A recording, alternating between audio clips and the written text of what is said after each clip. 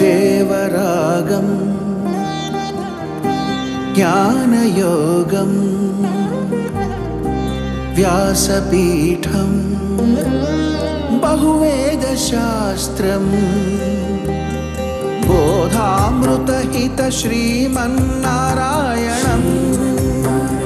శివగౌరీ సంభాషిత సకల పురాణం అష్టాక్షరి పంచాక్షరి మంత్రావరణం అఖిల దేవతా సంస్తుతి పారాయణం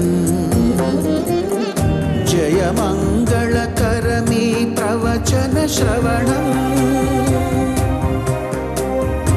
అనుదినము శుభము సుఖము జీవన గమనం దేవరాగం జ్ఞానయోగం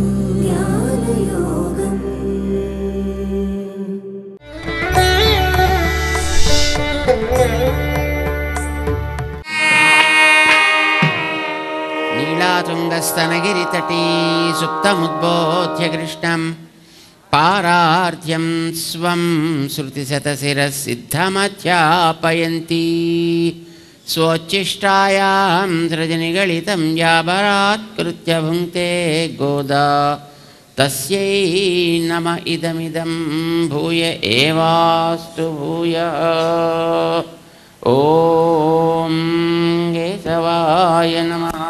శ్రియః కాంతాయ కళ్యాణనిధయే నిధయేర్థినాం శ్రీవేంకటనివాసాయ శ్రీనివాసాయ మంగళం. లక్ష్మీచరణలాక్షాంకసాక్షి శ్రీవత్సవక్రసే క్షేమంకరాయ సర్వేషాం శ్రీరంగేశాయ మంగళం. స్వోచ్ఛిష్టమాలికాబంధగంధబంధురజిష్ణవే విష్ణుచిత్తతనూజాయై గోదాయై నిత్యమంగళం.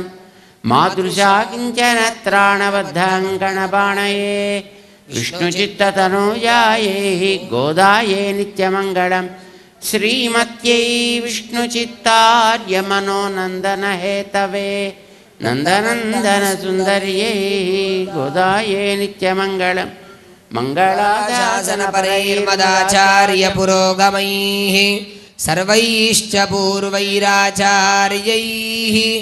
సద్గురుదాయాస్తు మంగళం. ఆండాళ్ తిరువడిகளே శరణం.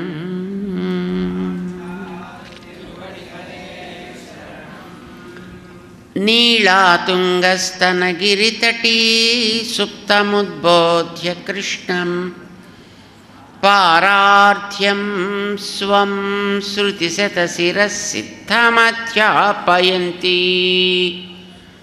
స్వోచ్ఛిష్టాయాం సృజనిగళితం యా బలాత్కృత్య భుంక్తే గోదా తస్యై నమ ఇదమిదం భూయ ఏవాస్తు భూయః. జై శ్రీమన్నారాయణ. ప్రియ భగవద్బంధువులారా, ధనుర్మాస వ్రతంలో ఈరోజు 22వ రోజు. మనం చివరి 10లోకి వచ్చాం. ఆండాళ్ తల్లి మనకి 6 ఐదులుగా అందించినటువంటి ఈ తిరుప్పావై ప్రబంధంలో మనం 4వ 5ని దాటి 5వ 5లోకి వచ్చాం. అంటే ఇందులో భగవత్ సన్నిధానానికి చేరినప్పుడు మనలో ఉండవలసినటువంటి ప్రవృత్తి భావన ఎట్లా ఉండాలి అనేది నిర్దేశించేటటువంటి ఒక 5 పాసురాల ఒక భాగం ఇది. ఇది ఒక ప్యాకేజ్ అంటాం కదా మనం, అట్లాగనమాట. ఇదొక 5వ ప్యాకేజ్ ఇది. భగవత్ సన్నిధానానికి మనం చేరిన తర్వాత ఆయనలో ఉండేటటువంటి గొప్పతనం మనకి తెలియాలి, ఆయనలో ఉండే ప్రభావం ఏమిటో మనకి తెలియాలి. అది మొట్టమొదట ఏత్తక్కలంగళ్ దగ్గర నుంచి ఆండాళ్ ఆరంభం చేసి ఆయనలో ఉండేటటువంటి పరాక్రమం, ఆయన యొక్క శ్రీచరణాలని ఆశ్రయించి మనం కీర్తించాలి. అది ఎట్లాంటిది అంటే ఆయన చాలా ప్రపంచానంతటినీ శాసించగలిగే గొప్పవాడై ఉంటూ కూడా మనలాంటి సామాన్యుల దాకా కూడా అందగలిగే అంత క్రిందకి దిగి వస్తాడు. విష్ణు సహస్రనామ స్తోత్రంలో దుర్లభ, దుర్గమ, దుర్గ అని ఆయనకి కొన్ని పేర్లున్నాయి. దుర్లభ, ఎవ్వడికి అందనివాడు. అలా చెబుతూనే మరొక చోట సులభ, సువ్రత, సిద్ధ, ఆయన సులభుడు, మంచి వ్రతము కలవాడు. ఏమండి ఏమిటి స్తోత్రం ఇది? ఒక చోటేమో దుర్లభుడని చెప్తారు, ఒక చోట సులభుడని చెప్తారు. ఏదో వింటున్నాం కదా అని ఇష్టం వచ్చినట్టు చెప్పడమేనా? అంటే నువ్వు వింటున్నావు అని ఇష్టం వచ్చినట్టు చెప్పడం కాదయా, వేదాలు అట్లానే చెప్తున్నాయి ఆయన గురించి. మరి దుర్లభుడైతే సులభుడేలా అవుతాయండి? సులభుడు అంటే దుర్లభుడని ఎందుకంటారండి? Okay, that is true. ఎవరికి సులభుడు ఎవరికి దుర్లభుడు అనేది తెలియాలి. ప్రేమ కలిగిన వారికి సులభుడై లొంగి ఉంటాడు, యశోదమ్మ దగ్గర తాటితో కట్టించుకున్నట్టు. అయితే ఎందుకు పనికిరాని చేతకానివాడు అనుకుంటారేమో, మహాపరాక్రమశాలురము అని అనుకునేటటువంటి దుష్ట చతుష్టయం నలుగురు దుర్యోధనాదులు కలిసి పెద్ద పెద్ద రోప్స్ పట్టుకొచ్చి ఆయన్ని కడదాము అని అనుకుంటే కనీసం దగ్గరికి కూడా చేరలేకపోయారు, తేరివార చూడలేకపోయారు. వారికి దుర్లభుడు, వీరికి సులభుడు. మన ఆళ్వార్లు కూడా అదే చెప్పారు. పత్తుడై అడియవర్కు ఎళియవన్ పిరర్களுக்கு అరియ విత్తగన్. మనకి తెలియడం కోసమని భగవంతుణ్ణి, అయినా నీవు సులభుడవయా, 33 నిన్నటి పాసురంలో చెప్పారు. నువ్వు దుర్లభుడవు. ఏత్తక్కలంగళ్, నిన్ననే ఏత్తక్కలంగళ్ కదా, దాంట్లోనూ చెప్పారు, మొన్ననూ చెప్పారు. ఆయన సులభుడు. ఆయన 33 కోట్ల దేవతలకి అధిపతి అయి ఉంటూ కూడా వారికంటే ముందు తాను వెళ్ళి వారిని కాపాడినట్టుగానే మమ్మల్ని కూడా కాపాడటానికి ఆయన ఎప్పుడూ సంసిద్ధుడై ఉంటాడు.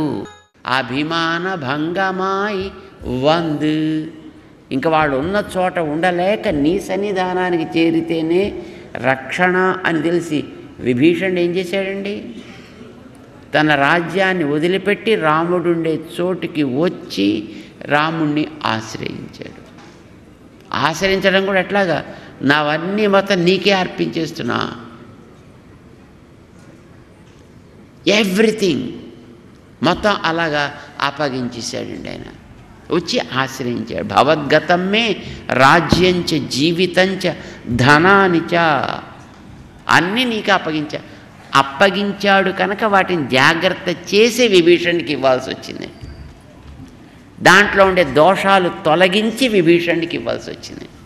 రావణాసురుడు ఒక దోషం, కుంభకర్ణుడు ఒక దోషం, వాడిని సపోర్ట్ చేసేవాళ్ళంతా దోషాలు, మాలిన్యాలు. కనుక ఆ మాలిన్యాలన్నీ కడిగి దాన్ని క్లీన్ చేసి విభీషణుడికి ఇచ్చాడు. ఆయన ఇవ్వవలసి వచ్చింది ఆయన. సో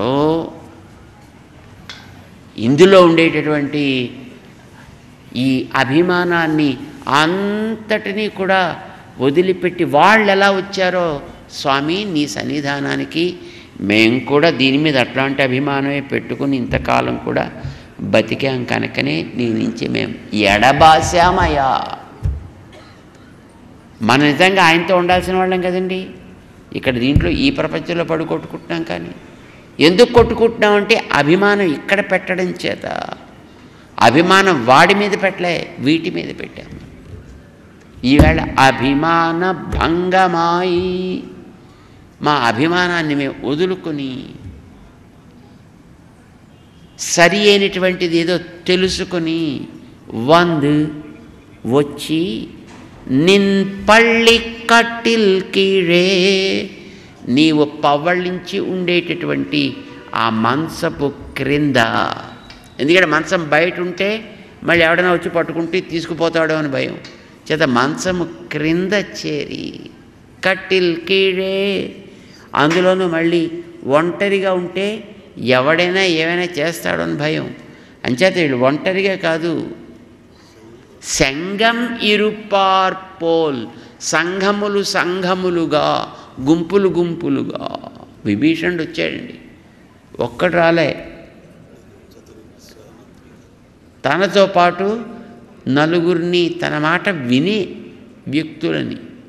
శంకణ్, ప్రేమ నిండిన నీ నేత్రములని సిరిచ్చిరిదే, మెల్లమెల్లగా మెల్లమెల్లగా ఎంగళ్ మేల్ విழிయావో, ఆ చూపుని మా మీద నువ్వు ప్రసరింపచేస్తుంటే మాలో ఉండేటటువంటి నీ యందుండే వ్యతిరేక భావాలు పోవాలి, అనుకూల భావాలు కలగాలి.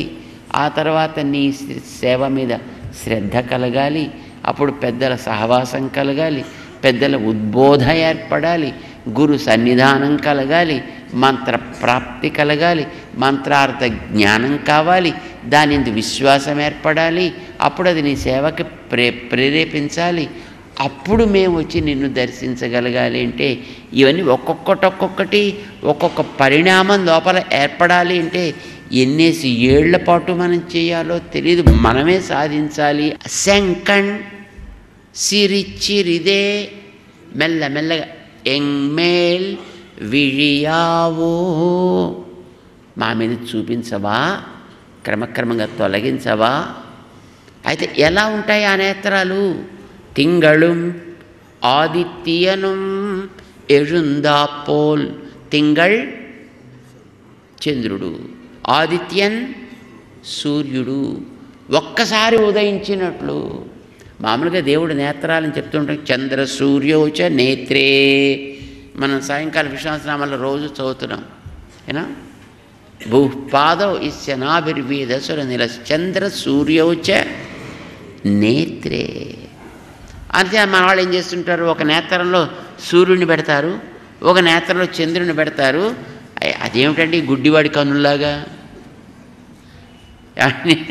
ఒకటి ఒక రకంగాను ఇంకొకటి ఒక రకంగాను ఉంటా, అదేమి అందం అది? నో, అలాంటిది కాకూడదు. మరి ఎలా ఉండాలి? ఆ రెండు కళ్ళల్లోంచి వచ్చే కాంతి సూర్యుడంత కాంతి కావాలి, కానీ చంద్రుడంత చల్లగా ఉండాలి. చంద్రుని కాంతి అంత ఆహ్లాదకరంగా ఉండాలి. కానీ వెలుతురులో ఆధిక్యం మాత్రం సూర్యుడు అంతా ఉండాలి. ఇది మన ఆండాళ్ళు తెలియకూడుతుంది. ఏమన్నా అనిపిస్తుందా, అనిపించదా? ఏమన్నా అబ్బా నాకేముందండి, ఏమీ లేదండి అని 4 వంకరలు తిరగాలి. తిరిగితే వాడు గొప్పవాడు. నువ్వు పొగడ్డం ఎందుకు, నన్ను అంగీకరించొద్దన్న ఎక్స్పెక్ట్ చేయడం ఎందుకు? సరే వారంటే మేమన్నాం, అవునండి అన్నాం మేము. మీ అంత గొప్పవాడు, మీలాంటి వాడు మరొకడు లేడు స్వామి అని ఆయన అంటే, అవునండి అన్నాను నేను. అంటే మీరు ఒప్పుకుంటున్నారా అన్నారండి ఆయన. ఎందుకు ఒప్పుకోవద్దు? ఒప్పుకోవచ్చునా? మీరు చెప్పండి, నన్ను ఒప్పుకోమంటారా వద్దంటారా? అబ్బాబా,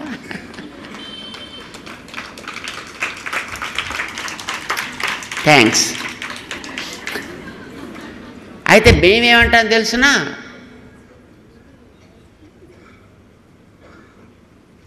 మీలాంటి వాడు కూడా మరొకరు లేరు, మీలాంటి వారు కూడా ఈ ప్రపంచంలో మరొకరు లేరు. ఒప్పుకుంటారా ఒప్పుకోరా? అమ్మా అదేంటండి, నీలాంటి వాడిని కొన్ని చూపించవా? మంచిలోనా చెడులోనా అని అడగండి, దేంట్లోనైనా మీలాంటి వాళ్ళు ఇంకొకళ్ళు ఎవరైనా ఉంటారా? ఒక మనిషి లాంటి మరొక మనిషి ప్రపంచంలో ఉండడు. కానీ ఏ మాట అయితే అనుకూలంగా వచ్చి క్రియారూపంగా పరిణమించిందో దాన్ని వరం అంటాం. అహల్య పాలిటి దుఃఖాన్ని ఇచ్చింది, ఆవిడ రూపం కోల్పోయి భస్మమై పడి ఉండడం అనేది గౌతముడిచ్చాడు, అది శాపము అన్నారు. రాముడి పాదము సోకింది, పునర్రూపం వచ్చింది ఆవిడికి, మళ్ళీ సహజమైనటువంటి రూపం వచ్చేసింది, వరము అన్నారు దాన్ని. అనుకూలంగా సుఖం కలిగింది వరము, మనకి ఇష్టం లేని దుఃఖం కలిగింది శాపము. మాకందరికీ శాపం ఏమిటి? నిన్ను చూడకుండా ఉండడమే మా పాలిటి శాపం, నీ సన్నిధిలో లేకుండా ఉండడమే మా పాలిటి శాపం అంటే, నీ సేవ దొరకని క్షణమే మా పాలిటి శాపం అంటే. పరమశివుడికి శాపం వచ్చిందండి, ఆయనకు కూడా. ఎందుకని? వాళ్ళ నాన్నగారి తలని తీసాడు ఆయన, బ్రహ్మ. ఆయన పుట్టించాడు రుద్రుణ్ణి, తన లలాటంలోంచి తీసుకొచ్చాడండి ఆయన. ఆయనకు ఒక్కసారి మంచి, బ్రహ్మగారికి ఒక్కసారి తీవ్రమైనటువంటి కోపం వచ్చిందండి ఆయనకి. కోపం వచ్చినప్పుడు ఆయన యొక్క ముఖం అలా ఎర్రనైపోయింది. ఆ ఎర్రనైన ముఖంలో ఉండే కోపమంతా ఒక రూపం దిద్దుకుని బయటకు వచ్చింది. రౌద్రంలోంచి వచ్చిన రూపం కనుక ఆయన పేరు రుద్రుడు. ఆ రావడం కూడా ఆయన రోదనాత్ రుద్రః, ఒకసారి వస్తూ ఆయన ఏడిచాడు ఆయన. ఎందుకనేంటి? నాకేమో ఒక తల పెట్టావు, నువ్వేమో 5 తలలు పెట్టుకున్నావు. పుడుతూనే కాంపిటీషన్ అండి. అంచేత నీ తలలని నేను ఉంచా, ఒక తల తీసేస్తాను, ఒక్కొక్క తల తీసేద్దామని అలాగ టక్మని ఒక తల తీసేయండి. తీయగానే అది అరచేతికి అంటుకుపోయింది, అంతే, వదల్లా. పనసకాయలు చేయి పెడితే ఏమవుతుందండి? మొత్తం జిడ్డు అంటుకుంటుంది, వదలదు అది. అందుకోసం దాంట్లో చేయి పెట్టేప్పుడు ఏం చేయాలి? చేతికి చక్కగా నూనె గట్రా రాసుకుని అప్పుడు దాంట్లో చేయి పెట్టాలి, అంటకుండా ఉంటుంది. కానీ పాపం మనవాడు అలా చేయలేదు, టక్మని ఒక తల తీసాడు, వెంటనే చేతికి అంటుకుంది, అంతే, ఇంక వదల్లా. అమ్మో, ఏం చేయాలో తోచలేదు ఆయనకి. ఎంతో ప్రయత్నం చేశాడు ఆయన, తొలగలేదు. ఇప్పుడు 2 ప్రాబ్లమ్స్ వచ్చాయి ఆయనకి. ఒకటి, చేతికి, కుడి చేతికి, భోజనం చేయాల్సిన చేతికి ఇది అంటుకుపోయింది.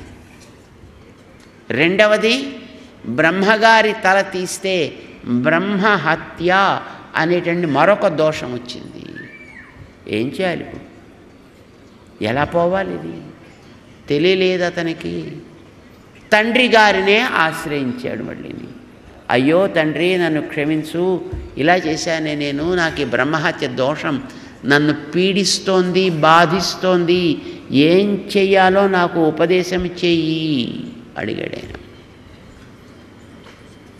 రెండవది, చేతికి ఇది అంటుకుపోయింది, ఇది ఎట్లా ఊడుతుందో తెలియటం లేదు, దీన్ని తొలగించుకునే ఉపాయమేది అడిగాడు ఆయన. అంటే అప్పుడు అతనికి సమాధానం చెప్పాడు బ్రహ్మగారు, వరములు ఇచ్చాడు ఆయన. నాయనా, సరే, ఏదో చేసిన తప్పు చేశావు, చేసిన తప్పుకి ఇది తప్పు అని తెలియడమే ప్రాయశ్చిత్తం అంటే. ఒక తప్పు నేను చేశానని తెలిసి అయ్యయ్యో ఎందుకు నేను చేశాను అని లోపల కలిగేటటువంటి మథన ఉంటుందే, అదే నిజానికి ప్రాయశ్చిత్తం. అంటే నీకు అది కలిగిందయ్యా, చాలా సంతోషం, దట్స్ ఓకే.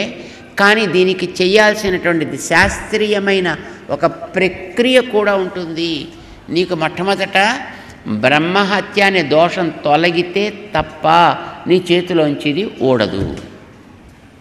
మరి బ్రహ్మహత్య దోషం ఎట్లా తొలగాలి అంటే 12 సంవత్సరాల కాలం నువ్వు భస్మశాయివి కావాలి, భస్మమును నువ్వు ధరించాలి. ఇప్పుడు ప్రాయశ్చిత్తం చేసుకో.